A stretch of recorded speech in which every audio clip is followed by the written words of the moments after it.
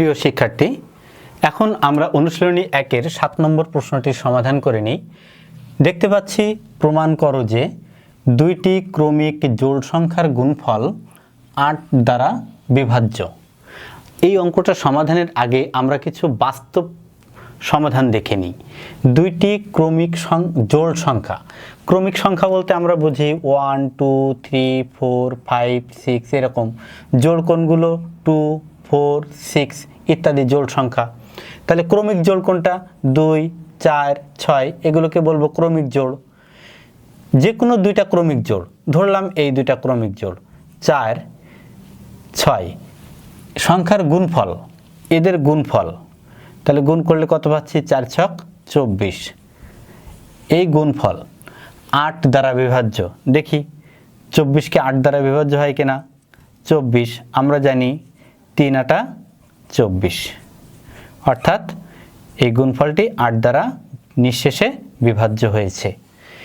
এটা হচ্ছে বাস্তব প্রমাণ, কিন্তু এটার সাধারণ প্রমাণ করতে গেলে আমাদের কিছু জিনিস ধরে নিতে হবে। যেমন যে দুইটা স্বাভাবিক সংখ্যা আমরা ধরলাম, এদেরকে আমরা মনে করতে পারি একটি x। তাহলে জোড় সংখ্যা দেখো 4 থেকে 6 হতে গেলে পরবর্তীটা 2 করে পার্থক্য হয়, অর্থাৎ পরবর্তীতে হবে x + 2। x যদি 4 হয় তাহলে 4 + 2 6 হয়। তাহলে একটি জোড় সংখ্যা হলে x হইলে আরেকটি হবে x + 2। তাই বলেছি দুইটি ক্রমিক জোড় সংখ্যা 2x আর 2x + 2। এখন জোড় সংখ্যাকে স্বাভাবিকভাবে লেখা হয় 2x, যেখানে x belongs to natural number. Natural number কোনগুলো? স্বাভাবিক সংখ্যা, যেমন 1 2 3 4 এরকম। অর্থাৎ x এর মান যদি 1 হয় তাহলে 2 1 2, x এর মান যদি 2 হয় তাহলে 2 2 4, x এর মান যদি 3 হয় তাহলে 3 2 6। এগুলো আমরা জোড় সংখ্যা পাচ্ছি। তাহলে যে কোনো একটি জোড় সংখ্যা আমরা নিতে পারি 4 4 এবং 6। তো একটা যদি 2x হয় তাহলে পরবর্তী জোড় সংখ্যার পার্থক্য কত? 2 করে বেশি। তাহলে পরবর্তী সংখ্যাটি হবে 2x + 2। তাহলে এই দুইটা জোড় সংখ্যা আমরা এখানে মনে করলাম, একটি 2x আর একটি 2x + 2। তাহলে ক্রমিক সংখ্যা দুইটির গুণফল, যেহেতু এখানে ক্রমিক জোড় সংখ্যার গুণফলের কথা বলা হয়েছে, তাহলে গুণ করলে কত হয়? 2x আর 2x + 2। এই 2x এবং 2x + 2 এই দুটার গুণফল কি হচ্ছে?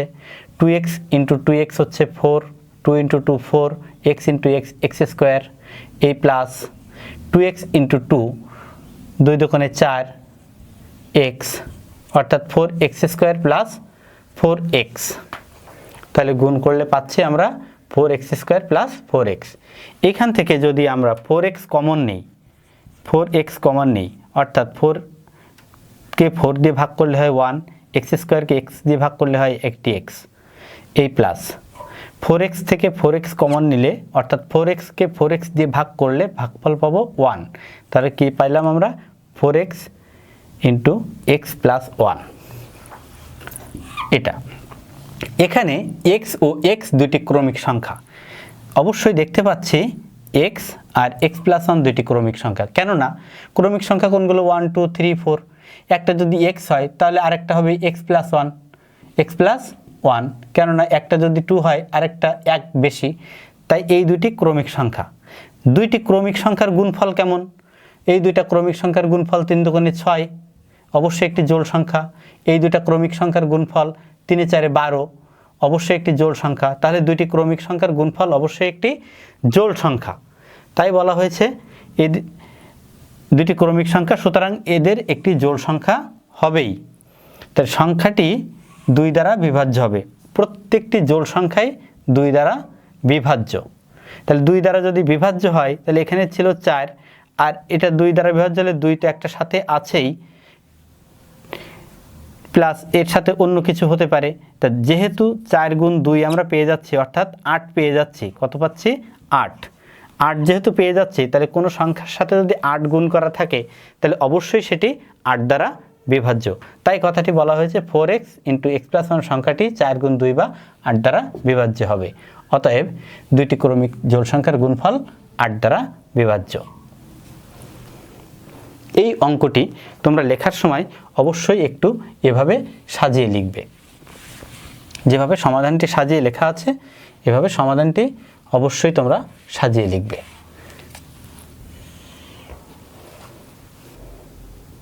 এবার আমরা 7-এর খ নাম্বার প্রশ্নের উত্তরটি একটু দেখে নিই। এখানে বলা আছে প্রমাণ করো যে যে কোনো বিজোড় পূর্ণ সংখ্যার বর্গ একটি বিজোড় সংখ্যা। তাহলে যে কোনো বিজোড়, আমরা জানি কি বিজোড় স্বাভাবিক সংখ্যা, বিজোড় স্বাভাবিক সংখ্যা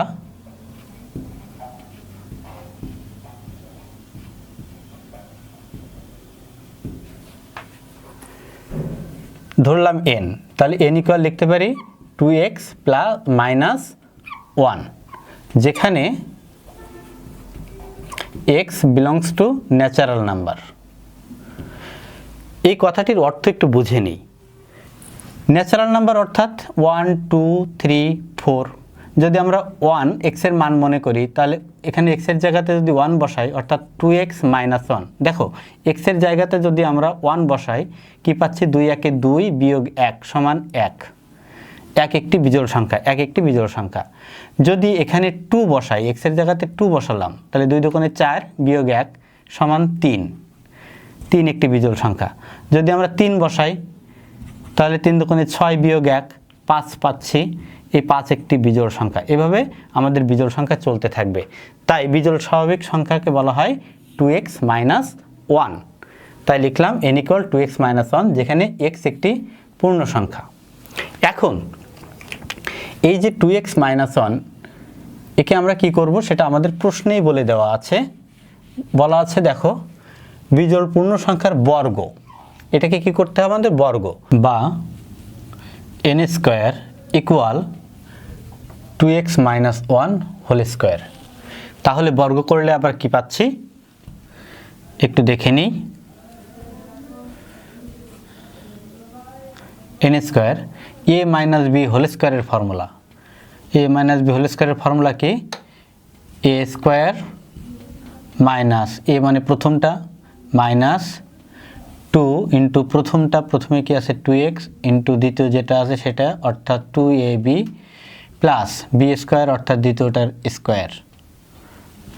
তাহলে আমরা পাচ্ছি n² = 2কে স্কোয়ার করলে অর্থাৎ 2কে বর্গ করলে আসে 4, x² এই মাইনাস 2 ইন্টু 2 4, x 1 সবার সাথে গুণ করলে তাই হবে প্লাস 1² অর্থাৎ 1।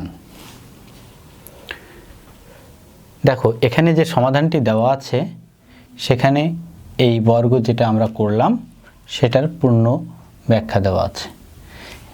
এখন প্রথম দুইটা থেকে যদি আমরা 4x কমন নিই তাহলে 4 থেকে 4 কমন নিলে 1 হয়, x² থেকে x কমন নিলে একটা x থাকে এই মাইনাস 4x কে 4x দিয়ে ভাগ করলে হয় 1 এই প্লাস 1। এখানে দেখতে পাচ্ছি x আর x - 1 দুটোই ক্রমিক সংখ্যা। একটা যদি 4 হয় তাহলে 4 বিয়োগ 1 3 হবে, তাই না? তাহলে দুইটা কি আছে পরস্পর ক্রমিক সংখ্যা 3 4। তাই বলা হচ্ছে আর এই দুইটা ক্রমিক সংখ্যার যদি গুণ করি আমরা তাহলে কি আসে 3 4 12 অর্থাৎ জোড় সংখ্যা আসে। তাহলে এই দুইটার গুণফল কি পাচ্ছি একটা আমরা জোড় সংখ্যা উদাহরণস্বরূপ।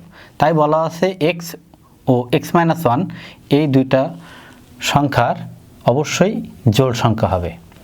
তাহলে জোড় সংখ্যার সাথে যদি আমরা 4 দ্বারা গুণ করি তাহলে সেটিও একটি জোড় সংখ্যা, আর প্রত্যেকটি জোড় সংখ্যার সাথে যদি 1 যোগ করা হয় অবশ্যই সেটি বিজোড় সংখ্যা, কারণ জোড় সংখ্যার পরেই বিজোড় সংখ্যার অবস্থান। তাই বলা হয় 4x × x - 1 + 1 সংখ্যাটি একটি বিজোড় সংখ্যা। অতএব n² অর্থাৎ যেটা আমরা ধরেছিলাম তাকে বর্গ করলে সর্বদা একটা বিজোড় সংখ্যা পাবো, অর্থাৎ বিজোড় সংখ্যার বর্গ বিজোড় সংখ্যা। সুতরাং সকল বিজোড় পূর্ণ সংখ্যার বর্গ একটি বিজোড় সংখ্যা।